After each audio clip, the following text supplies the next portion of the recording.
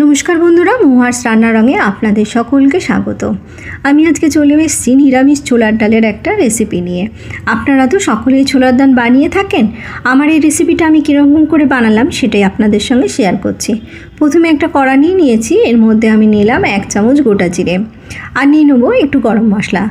এখানে নিলাম 2টো এলাচ, একটা ছোট টুকরো দালচিনি, আর যে বড় এলাচের দানাগুলো হয় সেটা আমি কয়েকটা এখানে নিলাম। আর এখানে দেবো 3টে আমি লবঙ্গ, আর দেবো 1/2 চামচেরও কম একদম অল্প পরিমাণে মৌরি দিয়ে এগুলোকে একটু নাড়াচাড়া করে নেবো, ড্রাই রোস্ট করে নেবো। নিয়ে এটা ঠান্ডা করে এটাকে আমি গুঁড়ো করে রেখে দেবো। অন্যদিকে আমি নিয়েছি এখানে ছোলার ডাল।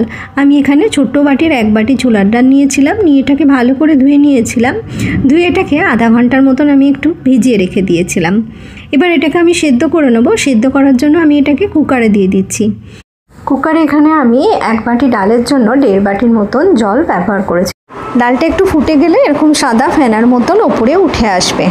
এটা ডালের মধ্যে যেটুকু নোংরা থাকে সেটাই ওপরে ভেসে আছে, সেটাকে আমি ফেলে দিয়ে তারপরে এর মধ্যে মিশিয়ে দেবো আমি 1/2 চামচের মতন হলুদ গুঁড়ো দিয়ে আমি কুকারের ঢাকাটা বন্ধ করে দেবো। বন্ধ করে গ্যাসের ফ্লেমটা মিডিয়াম টু লোতে রেখে আমি 2টো সিটি দিয়ে দেবো। ডালটা যেহেতু আমি আগে আধা ঘন্টা ভিজিয়ে রেখেছিলাম, তাই এখানে 2টো সিটিতেই এটা হয়ে যাবে। যদি আপনারা ভেজানোর সময় না পেয়ে থাকেন তাহলে এখানে 3টে সিটি দিয়ে দেবেন। ডালটা আমার যতক্ষণ সেদ্ধ হচ্ছে ততক্ষণে আমি একটা মশলা তৈরি করে নেব। আমি এখানে একটা বাটি নিয়েছি, এর মধ্যে আমি নিলাম 1/2 চামচের মতন আদা বাটা, আর এখানে দেব আমি ছোট চামচের 1 চামচ জিরে গুঁড়ো, আর দেব 1 চামচ কাশ্মীরি লঙ্কার গুঁড়ো, আর দেব এখানে 1/2 চামচের মতন হলুদ গুঁড়ো। ডালে যেহেতু হলুদ দেওয়া আছে তাই এখানে হলুদের পরিমাণটা আমি একদম কম দিলাম। এবার এর মধ্যে একটু জল দিয়ে এটাকে ভালো করে আমি মিশিয়ে নেব, যাতে জলের সঙ্গে মশলাগুলো খুব ভালোভাবে মিশে যায়। আপনারা যদি একটু ঝাল খেতে পছন্দ করেন তাহলে এই সময় এর মধ্যে লঙ্কা গুঁড়োও দিয়ে দিতে পারেন। মশলাটা আমার মেশানো হয়ে গেছে, অপরদিকে আমার ডালটাও সুন্দর করে সেদ্ধ হয়ে গেছে। এবার আমি গ্যাসে একটা কড়া বসিয়ে দিয়েছি। এতে আমি ছোটো চামচের 2 চামচ দিলাম সাদা তেল, আর 1 চামচ দিলাম ঘি। আমি এখানে তেল আর ঘি দুটো মিশিয়ে বানালাম। আপনারা চাইলে এই রান্নাটা শুধু ঘিতেও তৈরি করতে পারেন। এবার এটা গরম হয়ে গেলে এর মধ্যে আমি দিয়ে দিলাম একটু কাজু বাদাম। আমি এখানে 5টা কাজু বাদামকে একটু ভেঙে দিলাম, আর দিলাম একটু নারকেল কুচি। ছোলার ডালে নারকেল কুচি দিয়ে খেতে আমাদের খুবই ভালো লাগে, তাই আমি এখানে নারকেল কুচি ব্যবহার করলাম। আপনারা চাইলে এখানে কিশমিশও দিতে পারেন।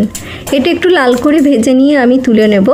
দিয়ে এই একই তেলের মধ্যে আমি বাকি রান্নাটা করে নেব। এখানে আমি দিয়ে দিয়েছি কিছু গোটা মশলা, দিয়েছি একটা তেজপাতা, একটা শুকনো লঙ্কা, একটা দারচিনি, 2টো এলাচ, আর 1/2 চামচ গোটা জিরে, আর দিলাম 2টো লবঙ্গ, আর দিলাম 1 পিঞ্চ হিং। দিয়ে এটাকে একটু ভালো করে নাড়াচাড়া করে নেব। যখন বেশ ভালো সুগন্ধ এটা থেকে বেরিয়ে আসবে তখন এর মধ্যে আমি যে মশলাটা জলের মধ্যে গুলে দিয়েছিলাম সেটা আমি এর মধ্যে দিয়ে দেবো। দিয়ে গ্যাসের ফ্লেমটা একটু লোতে রেখে এটাকে আমি খুব ভালো করে কষিয়ে নেব। এটা থেকে যতক্ষণ না তেল ছেড়ে আসছে ততক্ষণ এই মশলাটাকে কষিয়ে নিতে হবে। এর মাঝে আমি এর মধ্যে যোগ করে দিচ্ছি 1 চামচ চিনি, আর মিশিয়ে দেবো এখানে পরিমাণ মতো নুন। দিয়ে সবগুলোকে ভালো করে মিশিয়ে একদম কষিয়ে নিতে হবে।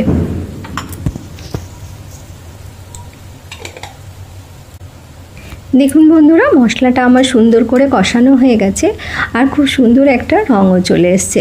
এবার এর মধ্যে আমি সেদ্ধ করে রাখা ডালটা অ্যাড করে দেবো। দিয়ে একটু হালকা করে এটাকে আমি নেড়ে নেবো। নিয়ে এর মধ্যে আমি দিয়ে দেবো আগে থেকে বেজে রাখা কাজু আর নারকেল কুচি, আর দেবো এখানে 2টো কাঁচা লঙ্কা, আর এখানে দেব খুব অল্প করে একটু জল, মানে 1/2 কাপেরও একদম কম এতে জল আমি অ্যাড করে দেবো। কারণ ডাল যখন ফুটে যাবে তখন ডালটা ঠান্ডা হলে একটু গাঢ় হয়ে যাবে, তাই আমি এখানে 1/2 কাপেরও একদম কম একটু জল অ্যাড করে নিলাম। দিয়ে এটাকে গ্যাসের ফ্লেমটা মিডিয়াম টু লোতে রেখে এটাকে আমি 5 মিনিট একটু ফুটিয়ে নিয়েছিলাম। এরপরে আমি ওপর থেকে দিয়ে দিলাম ছোটো চামচের 1 চামচ ঘি, আর অল্প একটু গরম মশলা। ব্যাস, আমার ছোলার ডাল একদম রেডি হয়ে গেল। এটা একটু পাতলা থাকা অবস্থায় আমি নামিয়ে নেব, কারণ এটা ঠান্ডা হলে আর একটু গাঢ় হয়ে যাবে। আমি গ্যাসের ফ্লেমটা বন্ধ করে দেবো। দিয়ে এটাকে ঢাকা দিয়ে 5 মিনিট স্ট্যান্ডিং টাইমে রেখে দেবো। তারপরে আমি এটাকে সার্ভ করে দেবো। আমি আজকে এটা গরম গরম লুচির সঙ্গে পরিবেশন করেছিলাম। এটা খেতে খুবই অসাধারণ হয়েছিল। আশা করি আমার এই রেসিপিটা আপনাদের ভালো লেগে থাকবে।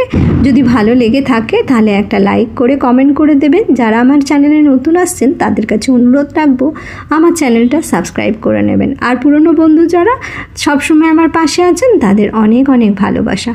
আমি আবারও হাজির হয়ে যাব নতুন কোনো রেসিপি নিয়ে আপনাদের সামনে।